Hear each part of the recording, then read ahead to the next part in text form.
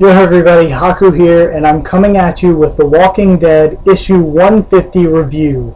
I'm going to go through the chapter and say a bit about what happened and what I thought about it as I go through, what I thought about little specific parts, and then at the end I'll give my overview of what I thought about what happened, what I thought about where it will lead. Now starting off with the cover, I've got to say I did like the cover, but it's far from being a favorite of mine. There are a lot of covers I liked more. I liked it, but it wasn't that great to me. And then the first couple pages we get into, we have Dwight and Laura leaving Sanctuary and going to Alexandria, and Dwight is taking Lucille with him. Now Eugene and Rick, we're getting the conclusion of their conversation where Rick is deciding to form the military. Of course, Eugene thinks it's a great idea. It gives the people something concrete to rally behind, and it gives the bloodthirsty, the fighters of their communities a place to be, a job to do. Now, leaving Eugene's, where I think that Rick was having his conversation with Eugene, he gets jumped by Tammy's husband and Vincent. And if you don't remember, Vincent is the father of the one kid that Carl was friends with that got beheaded and had his head placed on a pike. And Tammy's husband, Tammy, had the same thing happen to her, and they were the trashy people with the son that attacked Sophia a few issues back. So rereading this issue, I found out that Tammy's husband's name was Morton. I didn't know his name up until this point. He just wasn't that big a character to me. Like, I knew him and what he was doing in the story, but I didn't ever remember them saying his name before. Now they end up knocking Rick's teeth out with his own cane, just beating him down until Rick is playing dead on the ground. And Vincent tries to stop Morton, says, "We're just supposed to scare him, we're not trying to kill him." But Rick's already seen their faces, so Morton's wanting to go in for the kill. And then the best moment of the issue, in my opinion, sorry, I'm so used to saying chapter. The best moment of the issue, Rick bites out Morton's throat. And that was amazing. It was a great nod to what he did to the Marauder back when he was with Carl and Abraham. And it showed that though Rick has changed so much in this time skip, Rick is still the Rick that we know and love. If push comes to shove, he will do what Rick will do. So we cut to the hilltop and we see Andrea walking around at night by candlelight, and she peeps in and sees Carl and Lydia banging, and she just kind of looks shocked but walks away, and you can tell in her face she's thinking about it. And I feel like this was to show us that she's getting Carl's motivations for wanting to help Lydia. Whether he loves her or he's just being seduced by her, she's getting Carl's reasoning now. And we've already seen Carl's reasoning, whether he does actually love her and she loves him back, or she's just using him for the protection. Either way, we're seeing that Carl is in this devoted. So Maggie finds Rick and Morton's body on the ground and takes Rick to Dr. Carson, get him all stitched up, and Rick tells Michonne to go after Vincent, that Vincent fled, and Michonne goes and captures Vincent and his wife. I'm pretty sure their husband and wife and their kid was the one that died, but she looks like she could be Vincent's grandmother, the kid's great-grandmother. Her design, from the first time I saw it, I was like, she looks way, way too old for the role that she's filling here. Now, Rick gives a great speech that was really the meat of this issue. This issue was largely Rick speaking to the group of people, and it was a great speech. It was one of the best ones that we've had in a long time in The Walking Dead, maybe since when Rick first saw the hilltop and he was trying to convince everyone of what to do about the hilltop. So in this speech, he said that he was afraid. He was afraid mostly of going back to those days, the days before they had safety and community. those days when they were out on the road trying to survive day to day and had to kill or be killed. He doesn't want to go back to being that sort of person, living in that sort of uncivilized state.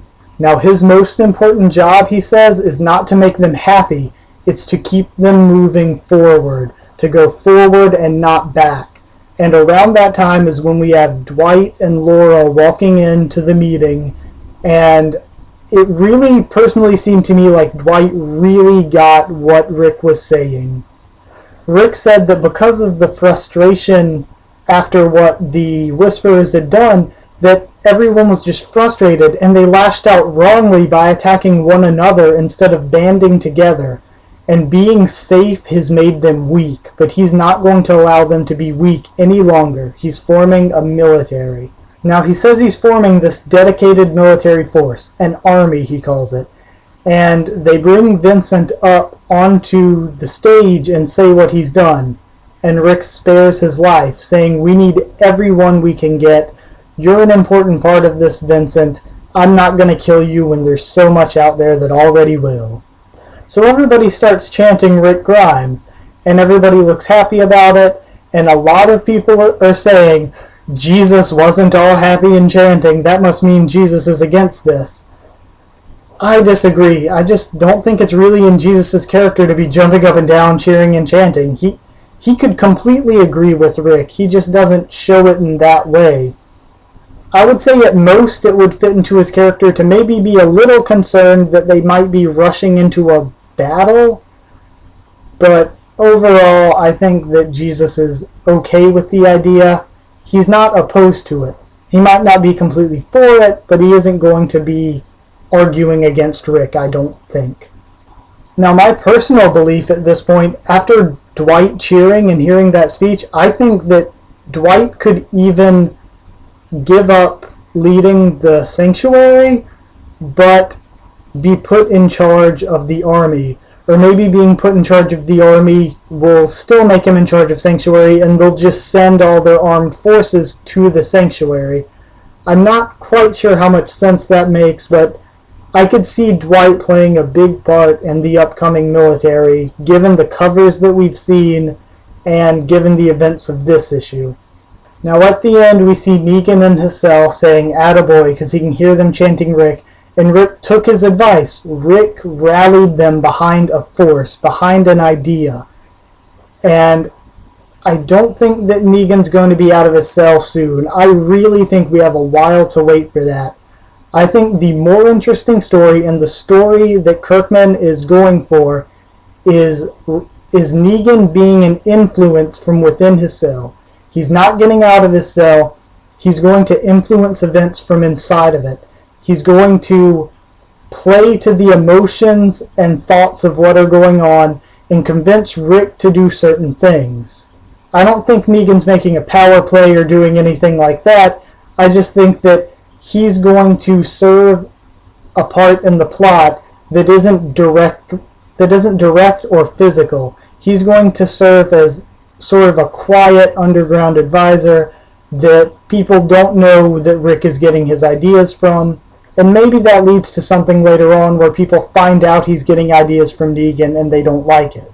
So all in all, I know a lot of people were kind of disappointed with this issue, and I wasn't disappointed. I've just got to say that getting all hyped up for 150 should just be like any other chapter. We should be able to get a great issue, any issue. Any issue should be amazing. Sorry I used chapter there for a while again. And I just think that expecting one just because it's a specific number to be great kind of takes away from the art of it. But I will say, as any chapter, I wouldn't have given this chapter a very high score. It was good. It was good. It was above average. It was a good, solid Walking Dead chapter.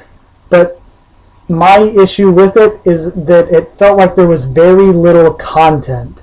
It felt like we got an extra long issue, and in this extra long issue, we had very little happen. I didn't want a big death.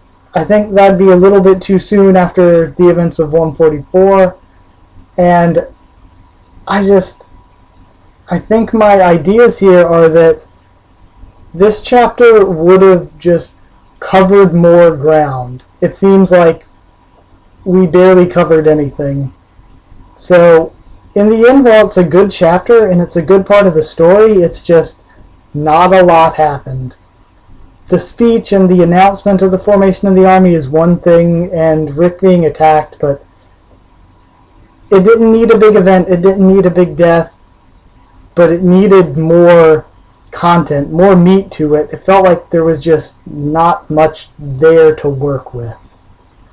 So, because of the kind of lack of content there, I've got to give it a 6 out of 10, which isn't bad. It's not bad for me. 6 out of 10, it was good. It was good, or I would have said it was bad, but it didn't have much content. And don't get me wrong, I love The Walking Dead, but if you have a series you love, you have to be honest with things that you specifically like or don't like with what they did. And I'm not going to say I don't like anything, there just wasn't that much. So, The Walking Dead 150, 6 out of 10. Like if you thought I was a bit rational there in my grading, and subscribe if you want to. We're going to have plenty more Walking Dead stuff, plenty more One Piece, Tower of God. We're going to be throwing in new stuff too. Going to be doing the show when it comes back. So excited for that. Side note, have you guys seen the promos for 6B and the Larger World stuff? I am so excited for that. This season's going to be like probably my favorite season. If in the back half we're going to be getting the rest of No Way Out, A Larger World, and getting into Something to Fear, that's going to be a lot in one half season. And we've already had a really enjoyable first half of the season.